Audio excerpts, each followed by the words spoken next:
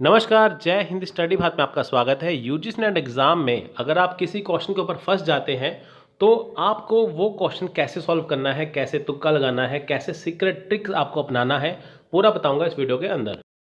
UGC net exam की सबसे best तैयारी करने के लिए आपको चाहिए सबसे बेस्ट नोट्स, जो हम आपको देंगे आपके व्हाट्सएप पे पीडीएफ के रूप में।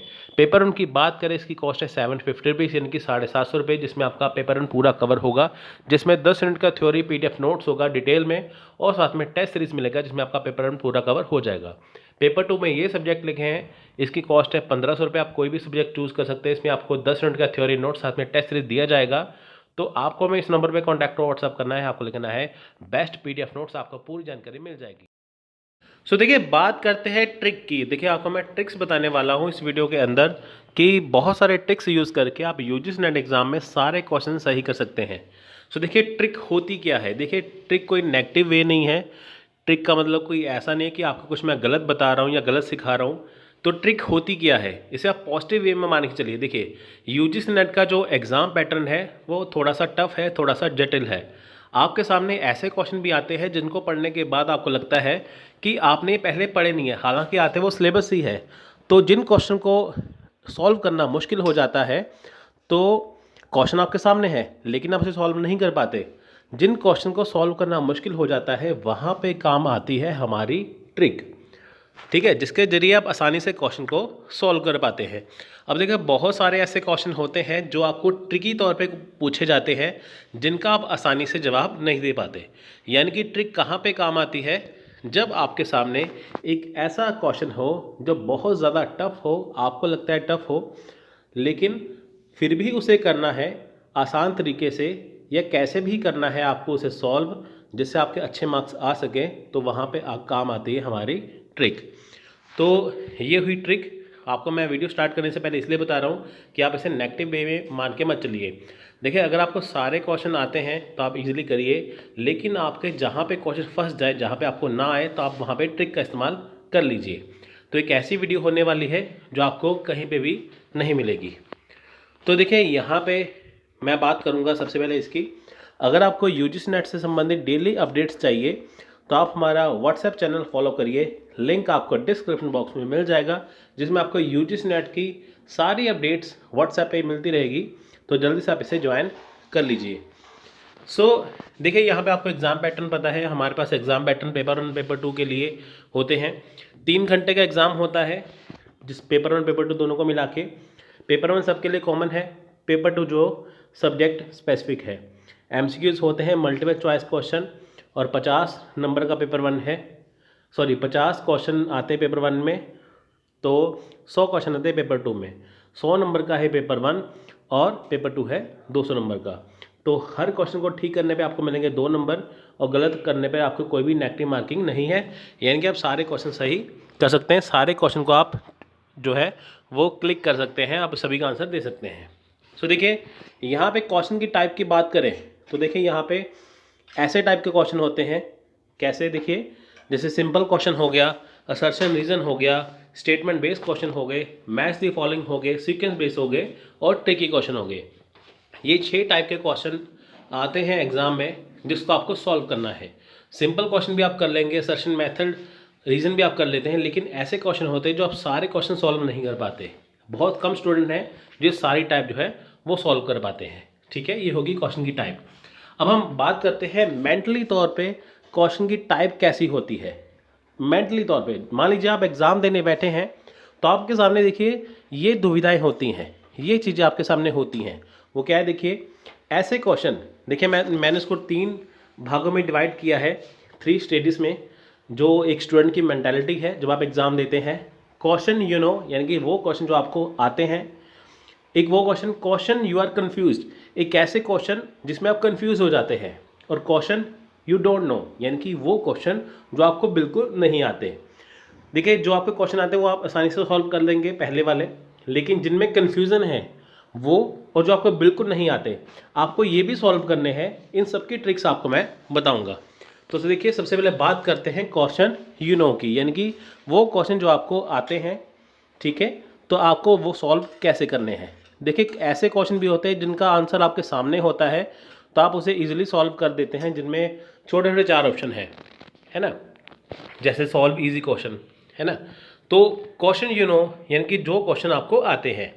तो देखिए आपको सबसे पहले एग्जाम में क्या करना है कि वो क्वेश्चन करने हैं, solve easy question, skip the difficult. यानी कि देखिए ऐसा नहीं है कि जैसे पहला क्वेश्चन आ गया फिर आपको दूसरा करना है, तीसरा करना है, चौथा करना है, ऐसा नहीं है।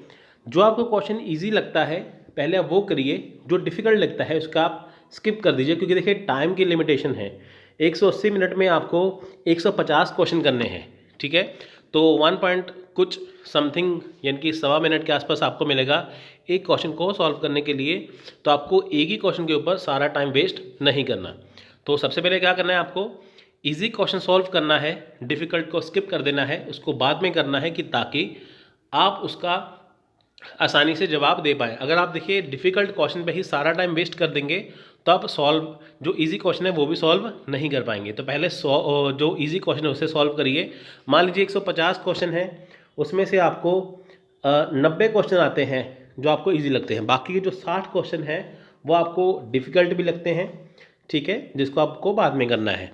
तो पहले आप वो क्वेश्चन करिए जो आपको ईजी लगते हैं। दूसरी बात देखिए, apply elimination method. Elimination method क्या है, देखिए गलत को चूज़ करना है। देखिए मान लीजिए आपके सामने क्वेश्चन आया, फॉर एग्जांपल आपके सामने क्वेश्चन आया कि भारत की आज़ादी कब हुई, ठीक है, 1947, 1946, 1948 या 1949, ठीक है। इंडिया कब आज़ाद हुआ, तो आपको इनमें से चूज़ करना है, ठीक है। तो आपके सामने देखिए क्वेश्चन ये तो सिंपल है, आप कह देंगे 1947, ठीक है, ये आपने चूज़ कर लिया। लेकिन इसका दूसरा तरीका ये है कि आप उसको स्किप करिए जो गलत है, जैसे 1949 नहीं है, 1946 नहीं है, 1948 नहीं है, तो आपके सामने क्या बचा, ये वाला। जब आपने तीनों कर दिए कि ये रिजेक्टेड हैं तो आपके सामने ऑटोमेटिकली सही आंसर आ जाएगा। दूसरा एग्जांपल लेते हैं। देखिए एलिमिनेशन मेथड में मान लीजिए आपके सामने क्वेश्चन आया, कोई भी क्वेश्चन आया, उसके 4 ऑप्शन आए। एलिमिनेशन मेथड का फ़ायदा क्या है, आपके सामने चार ऑप्शन है आपके सामने, ठीक है, 100% का रिस्क है आपका क्वेश्चन का। अगर आपने दो ऑप्शन चूज़ किए कि वो गलत है तो आपके सामने कितने ऑप्शन बचे, 2, ठीक है। तो आपको सिर्फ 2 क्वेश्चन में से एक सही आंसर को ढूंढना है। तो हो गया एलिमिनेशन मेथड, यानी कि गलत को हटा दीजिए, सही आपके सामने खुद ब खुद आ जाएगा, वो होता है एलिमिनेशन मेथड। ये कब यूज़ होता है, ये तब यूज़ होता है जब आपको क्वेश्चन आते हैं, क्वेश्चन ठीक है, या क्वेश्चन का थोड़ा बहुत पता होता है तब। क्वेश्चन में देखिए सॉल्व इजी क्वेश्चन, डिफिकल्ट को स्किप करिए और एलिमिनेशन मेथड अपनाइए। नेक्स्ट देखिए आता है क्वेश्चंस यू आर कंफ्यूज्ड, यानी कि ऐसे क्वेश्चन जिसमें आप कंफ्यूज होते हैं, तब आपको क्या करना है। तब आपको देखिए 2 तरीके अपनाने हैं। Solve question that are doubtful. देखिए जब आपके सामने वैसे क्वेश्चन हैं जिसमें आप कंफ्यूज हैं, यानी कि आपको क्वेश्चन आते हैं, आप कंफ्यूज हैं, इसका आंसर ए होना चाहिए, बी होना चाहिए, सी होना चाहिए या डी होना चाहिए, आप किस में कन्फ्यूज़न है, या 4 ऑप्शन में आपको कन्फ्यूज़न होगा, या 3 में होगा, या 2 में होगा, ठीक है। तो देखिए यहाँ पे आपको वो क्वेश्चन सॉल्व करने हैं जिसमें आप डाउट है। जैसे मान लीजिए कि आपने 150 में से 90 क्वेश्चन या 80 क्वेश्चन या 100 क्वेश्चन जितने आपको आते थे आपने सॉल्व कर लिए, तो आपके पास 50-60 क्वेश्चन बचे हैं। उसमें से आपको वो क्वेश्चन ढूंढने हैं जिसमें आपको डाउट है, ठीक है, जिसमें आपको डाउट है, आपको वो पहले ढूंढने हैं, वो आपको पहले करने हैं, ठीक है। सबसे पहले आपने वो क्वेश्चन कर दिए जो आपको आते हैं, बाकी जो बचे क्वेश्चन उसमें से वो क्वेश्चन ढूंढिए जिसमें आप कंफ्यूज हैं, ठीक है, जिसमें आपको डाउट है, पहले आप वो क्वेश्चन करिए। मान लीजिए आपने 4 ऑप्शन देखे, उसमें से आपको लगता है कि ये नहीं होगा तो आप उसे हटा दीजिए। 3 ऑप्शन बचे, तीनों में से आप फिर एक हटाइए जो उससे रिलेटेड हो। फॉर एग्जाम्पल देखिए मान लीजिए कि टीचिंग एप्टीट्यूड से रिलेटेड आपको कोई क्वेश्चन पूछा, लेकिन उसके अंदर हायर एजुकेशन का भी कुछ पार्ट आ गया, आपको लगता है कि हाँ ये इसका पार्ट नहीं है, ये हायर एजुकेशन का पार्ट है, आपने वो कट कर दिया, आपके सामने 3 ऑप्शन बचे, ठीक है। तो आप उसमें देखिए, ठीक है, मान लीजिए लेवल ऑफ टीचिंग का आपको क्वेश्चन पूछ लिया कि लेवल ऑफ टीचिंग बताइए, लेकिन उसके अंदर देखिए लेवल ऑफ टीचिंग के अंदर देखिए स्वयं का भी पूछ लिया, और साथ में आपको वहाँ पे उसके अंदर कुछ पार्ट जो है वो मेथड ऑफ टीचिंग का भी पूछ लिया। तो अगर आपने दोनों टॉपिक पढ़े होंगे आपको पता होगा कि लेवल ऑफ टीचिंग में मेथड ऑफ टीचिंग अलग होता है, तो आप उसके जो ऑप्शन है वो हटा देंगे। तो उसमें क्या है कि 4 ऑप्शन में से अगर आपने एक ऑप्शन हटाया, 2 हटाया, तो 2 ऑप्शन बचे, उसमें से आप कोई भी एक चूज़ कर सकते हैं। ठीक है, यहाँ पे भी एलिमिनेशन मेथड काम में आ जाएगा, लेकिन आपको वो क्वेश्चन करने हैं जिसमें आप डाउटफुल है। ठीक है, यानी कि क्वेश्चन आपको आता है लेकिन कौन सा ऑप्शन सही है वो आपको चूज़ करना है। चारों ऑप्शन में कन्फ्यूज़न हो ये अलग बात है, लेकिन आपको लगता है कि इसमें कन्फ्यूज़न नहीं है या 2 ऑप्शन में कन्फ्यूज़न है, आप उसमें ईजिली सॉल्व कर सकते हैं। Odd one out technique. Odd one out technique क्या है? आपके सामने क्वेश्चन आया, उसके सामने आपके पास 4 ऑप्शन आए, है ना। मान लीजिए कि आपके सामने स्टेटमेंट वाला क्वेश्चन आ गया, तो उसमें देखिए जो बातें उस टॉपिक से रिलेटेड है, मान लीजिए रिसर्च से कोई क्वेश्चन आया, रिसर्च के रिगार्डिंग आपके पास कोई टॉपिक है, लेकिन उसमें एक ऑप्शन ऐसा भी है जो उससे संबंधित नहीं है, तो आप उसे पहले हटा दीजिए, क्योंकि वो तो गलत ही हो जाएगा। उसे हटाएंगे तो आपके सामने जो क्वेश्चन का जो आंसर का रिस्क है वो बहुत कम हो जाएगा। यानी कि ऑड वन को हटाना, जो आपको लगता है कि क्वेश्चन पढ़ते समय, देखिए अब आप क्वेश्चन पढ़ेंगे आपको पता चल जाएगा कि ये उस टॉपिक से रिलेटेड ऑप्शन है या नहीं। अगर आपको लगता है कि हाँ ये उस टॉपिक से रिलेटेड ऑप्शन है ही नहीं, आप उसे हटा दीजिए, ऑड वन आउट को हटा दीजिए, तो आपके सामने जो है वो सही आंसर अपने आप आ जाएगा। ये आएगा क्वेश्चन जब आपको कंफ्यूज करे। लास्ट में देखिए क्वेश्चन यू डोंट नो, यानी कि वो क्वेश्चन जो आपको बिल्कुल भी नहीं आते, जिसका आपको कोई अंदाज़ा नहीं है, तो आपको फिर भी वो सॉल्व करना है। ठीक है, तो आप उसे कैसे सॉल्व करेंगे? देखिए यहाँ पे आपको क्वेश्चन का सीक्वेंस देखना है। ठीक है, यानी कि देखिए आपने वो क्वेश्चन सॉल्व कर लिए जो आपको आते थे, वो भी क्वेश्चन सॉल्व कर लिए जिसमें आपको डाउट था, लेकिन एंड में आपके 15-20 क्वेश्चन बच गए जिसमें आपको बिल्कुल भी कोई आइडिया नहीं है कि इसका आंसर क्या होगा। आपने ना कभी वो टॉपिक पढ़ा था ना समझा था, लेकिन उसका आंसर फिर भी आपको देना है। तो इस सिचुएशन में आपको क्या करना है? देखिए इस सिचुएशन में क्या करें, आप क्वेश्चन का सीक्वेंस देखिए। पहले सीक्वेंस में क्या है कि जब मान लीजिए कि आपने सारे क्वेश्चन सही किए, ठीक है, किसी का आंसर ए किया, किसी का बी किया, किसी का सी किया, किसी का डी किया, वो देखिए पैटर्न क्या बन रहा है, ए बी का पैटर्न बन रहा है। ऐसा होता है ना, ए बी, बी ए, या B A C D, A B C D, है ना। पैटर्न देखिए कौन सा बन रहा है। तो फिर भी आपको कुछ भी ना पता चले तो आपको सी और डी में से किसी को टिक कर देना है, सी और डी। ठीक है, देखिए जितने भी क्वेश्चन होते हैं सबका सेट करने का तरीका एक ही होता है। जब भी मान लीजिए आपको क्वेश्चन लगे कि हाँ यहाँ पे मेरी बात नहीं बन रही है, तो आपको सी या डी में से किसी को कर लेना है, तो आपका वो सही हो सकता है। दूसरी बात क्या है कि मान लीजिए कि आपके पास 20 क्वेश्चन बच गए हैं।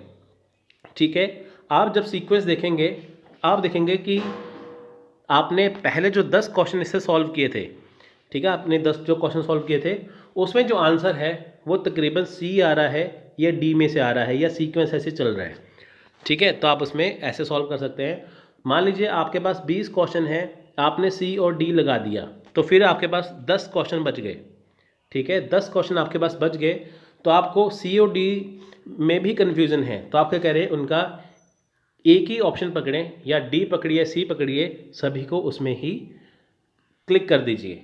तो उसमें देखिए आपके 10 क्वेश्चन में से 6 या 7 क्वेश्चन ऐसे ही आपके सही हो सकते हैं। ठीक है, सीक्वेंस में आपको 2 चीज़ें देखनी है कि सीक्वेंस कैसे चल रहा है, तो आपको उस पैटर्न को फॉलो करना है। फिर भी बात ना बने, आपको सी या डी में क्लिक कर लेना है। दूसरी बात, उसके बाद क्या होगा कि आपको जैसे 10 क्वेश्चन बचे हैं, तो आप एक ही ऑप्शन को पकड़िए, सी या डी को, तो आप सभी को एक में ही क्लिक कर दीजिए, तो आपके क्वेश्चन काफ़ी सॉल्व हो जाएंगे। ठीक है, तो ये ट्रिक्स है आपकी जो मैंने आपको बताई है कि आपको टाइम टू टाइम कैसे फॉलो करनी है। ठीक है, तो यहाँ पे आपको मैंने बता दिया, देखिए कि जो क्वेश्चन आपको आते हैं वो, ठीक है, कैसे सॉल्व करना है, जिसमें कन्फ्यूजन है वो कैसे सॉल्व करना है, और जो आपको बिल्कुल नहीं आते उसको कैसे फॉलो करना है। ठीक है, तो ये सारे टिप्स आपको मैंने बताए हैं जो आपके लिए बहुत बहुत बहुत ज़्यादा इंपॉर्टेंट है। अगर आप इसके अकॉर्डिंग चलेंगे तो आपका एक भी नंबर नहीं कटेगा, आपका जो एग्ज़ाम है वो 100% सक्सेसफुल हो जाएगा। तो ये है ट्रिक्स। तो अगर आपको वीडियो अच्छी लगी है लाइक करिए, शेयर करिए, चैनल को सब्सक्राइब करना मत भूलिए। तो मिलते हैं अगली वीडियो में, तब तक के लिए जय हिंद, जय भारत।